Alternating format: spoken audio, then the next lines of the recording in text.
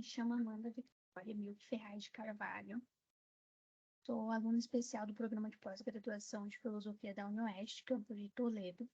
Não sou vinculada a nenhum tipo de programa de no momento. Meu orientador é o professor Pedro Falcão Pricladnitz. O nome do meu trabalho é Filosofia Natural, Materialismo Vitalista de Margaret Cavendish.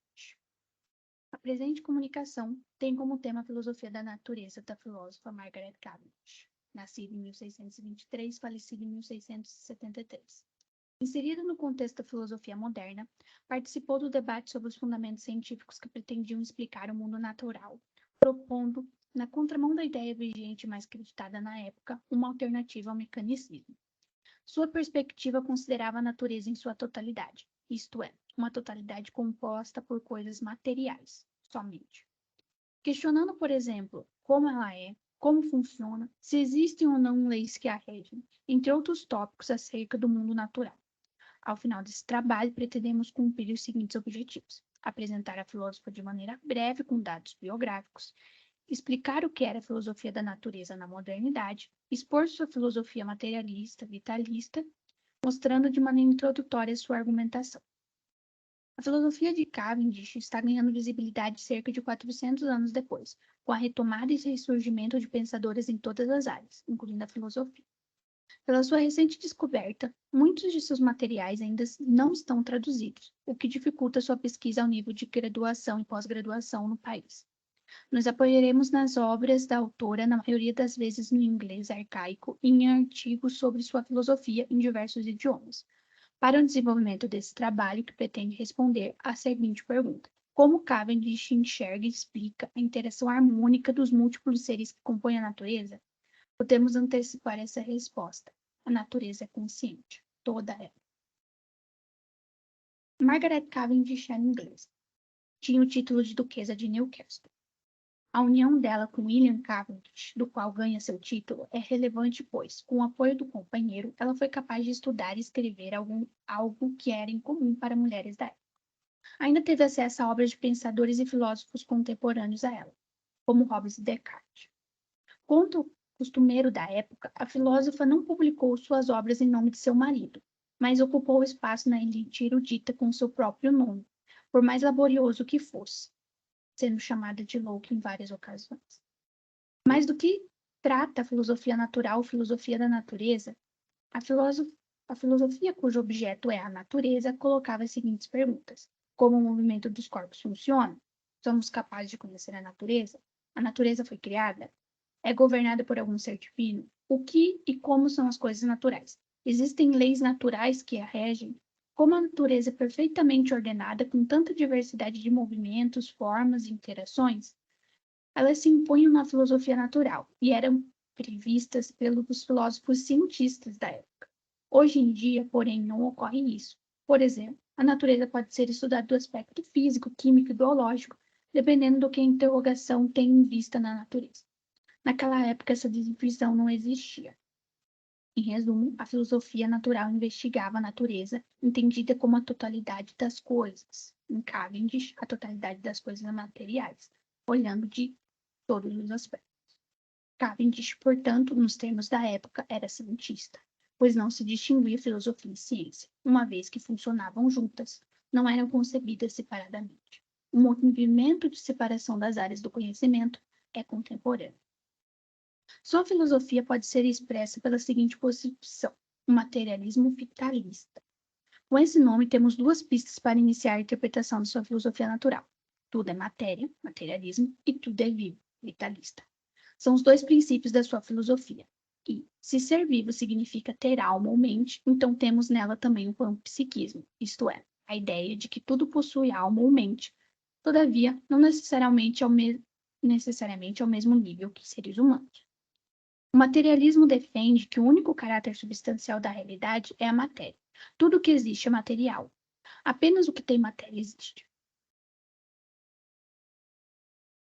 Pelas palavras de Cavendish, a natureza é um corpo infinito, em volume ou magnitude, que pelo seu próprio movimento é dividido em infinitas partes. Mas agora, a pergunta que fica é, ou seja, tudo é material e divisível em infinitas partes enquanto corpo infinito, e essa divisão acontece pelo movimento das coisas naturais. Então, como esse movimento acontece? Quais são as partes da matéria? Como todas as coisas estão vivas?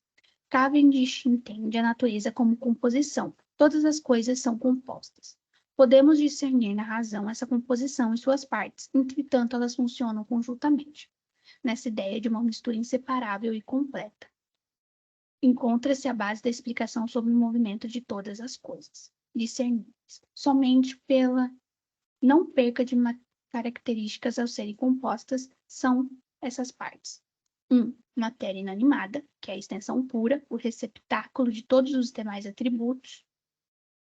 2. Matéria animada sensível, modo de acesso ao mundo circundante, efetiva os movimentos e comportamentos que o corpo pode fazer.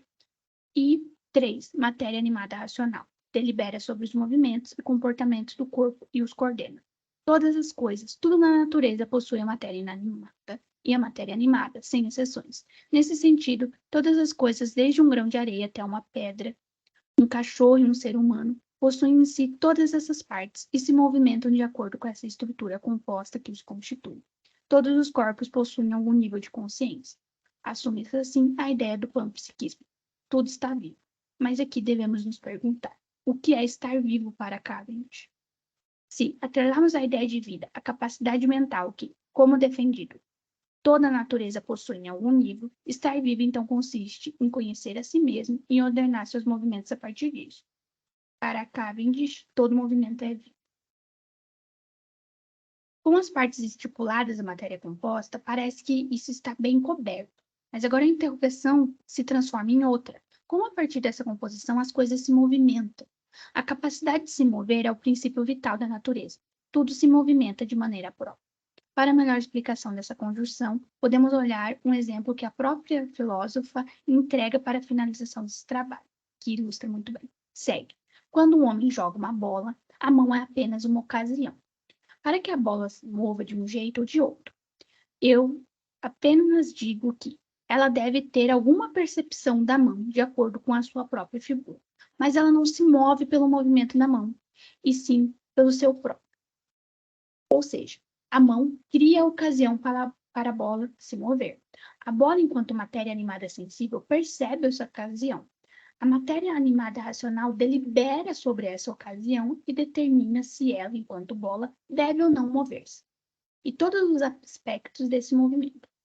Após isso, ordena que, se esse movimento deve acontecer, determinando que a matéria animada é sensível, então efetiva esse movimento, fazendo a matéria inanimada bruta mover-se.